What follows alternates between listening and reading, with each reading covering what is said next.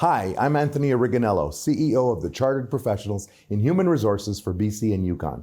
We represent more than 8,000 members, and as the organization dedicated to advancing the HR profession through education, advocacy, awareness, professional development, as well as our recognized and impactful CPHR designation, we are proud to be a sponsor of this show.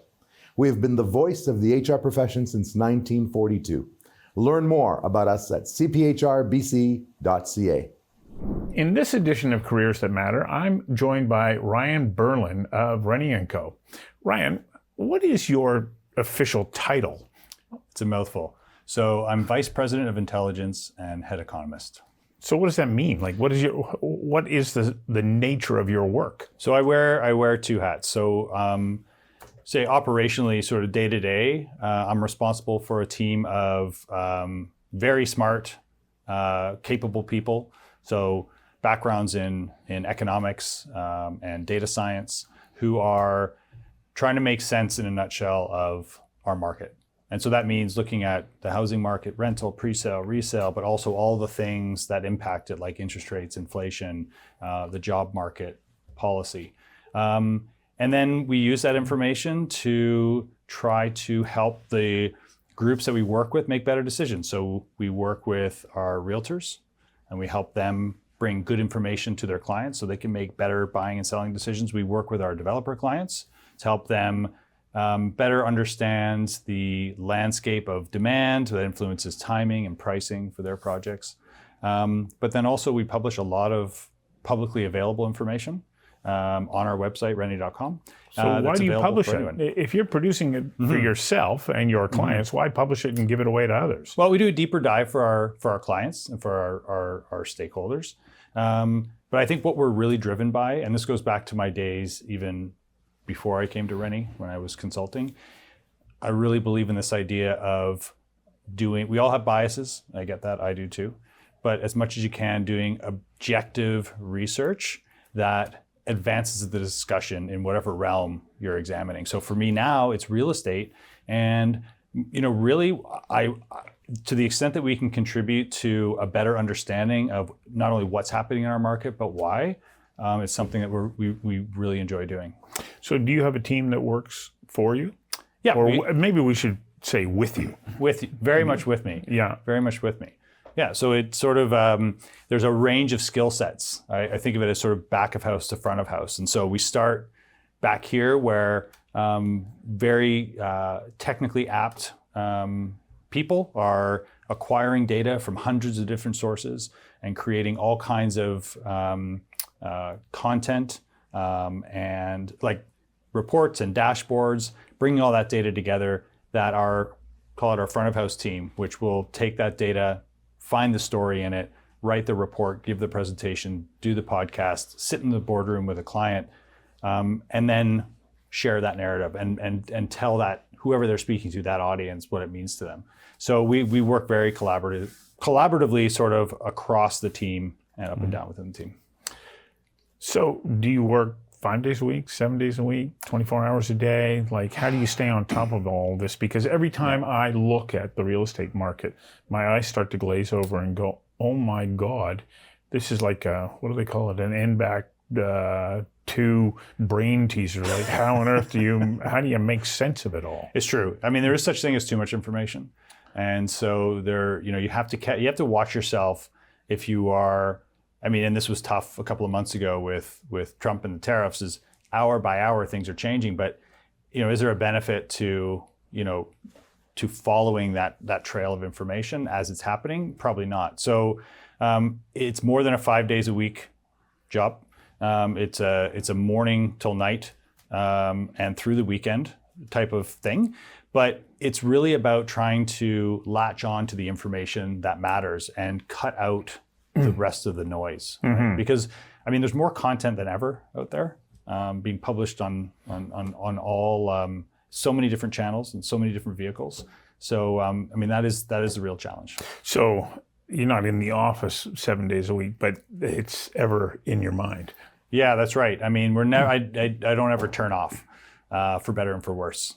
So I'm in the office mostly 5 days a week. Our official policy is 4 days in the week and 1 day off-site wherever you choose. So let's go back to the beginning of your career. You graduate from high school. Where'd you go to high school? So I am from Ontario originally. And so I was in high school in Mississauga and thought I was going to be a math major because I was good at math in high school. Went to Queen's University and quickly realized that there was no chance in hell I was going to finish with a degree in mathematics. Why? It was too hard.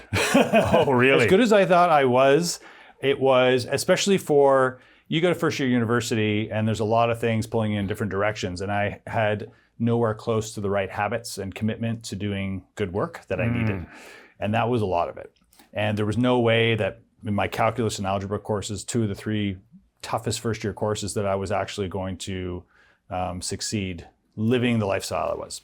So I pulled up my socks in second year and said, okay, well, I'm not going to do math. I'll do poor man's math. I'll do economics.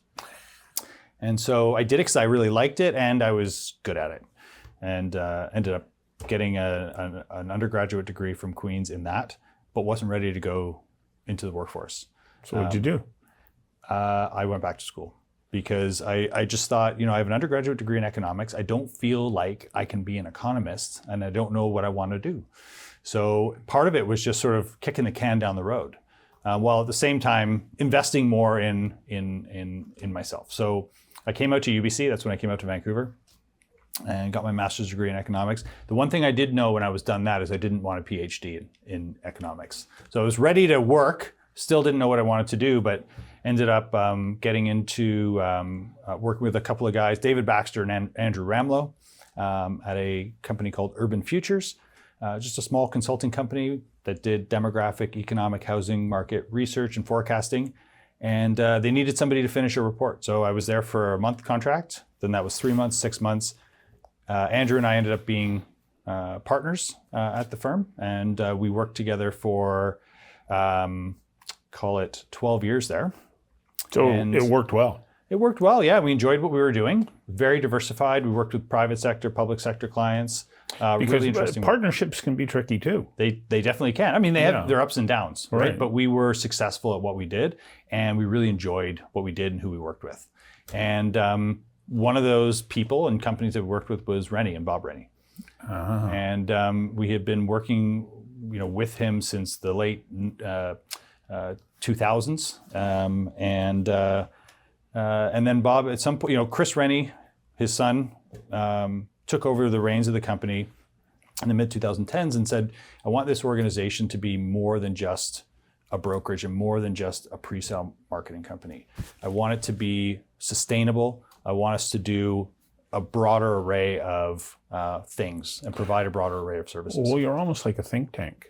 Yeah, we are. Well, it's funny because we're a real estate services company and we're a private company that looks to make a profit every year. But there are, I run into people that say, oh, you're from Rennie, you're that intelligence company, right? Because the intelligence group within the organization that supports everything that we do and that also, pushes as much stuff, as I said, out there into the world as we can.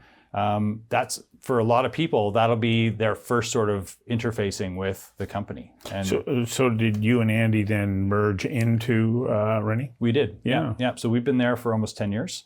And now I lead the intelligence group and Andy is running our advisory practice. Wow.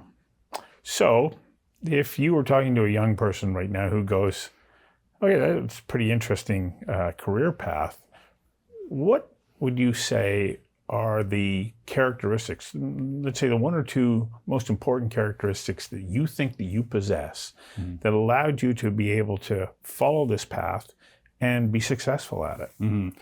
So I very much fell into it. So real estate was not on my radar, I will just say that. But there are some things that you can control as an individual to be successful in any career or any industry. I knew I had an aptitude for numbers, and that is very important. But I'm a very curious person, and I'm a hardworking person.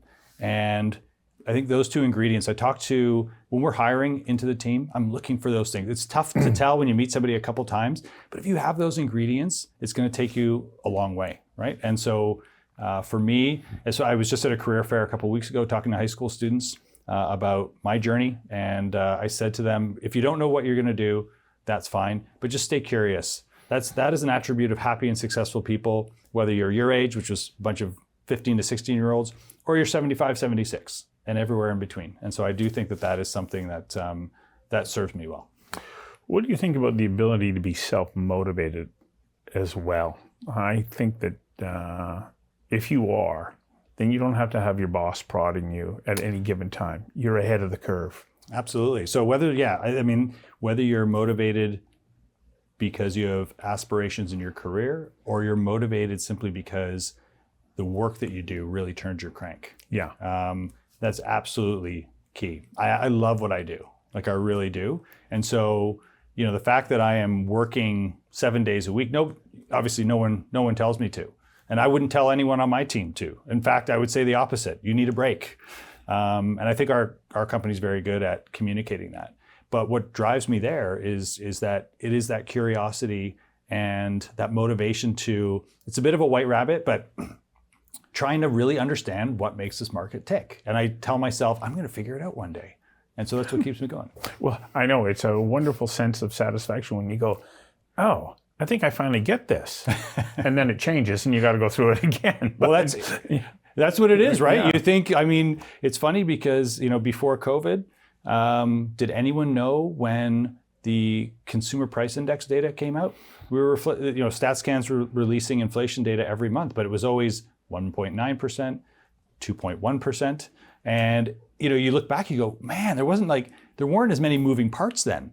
But Right. especially in the past 5 years, it's there's just sort of one source of uncertainty or one source of one external factor that is different from the previous one that is really influencing the market. And so then you're kind of starting over again, right, as an analyst.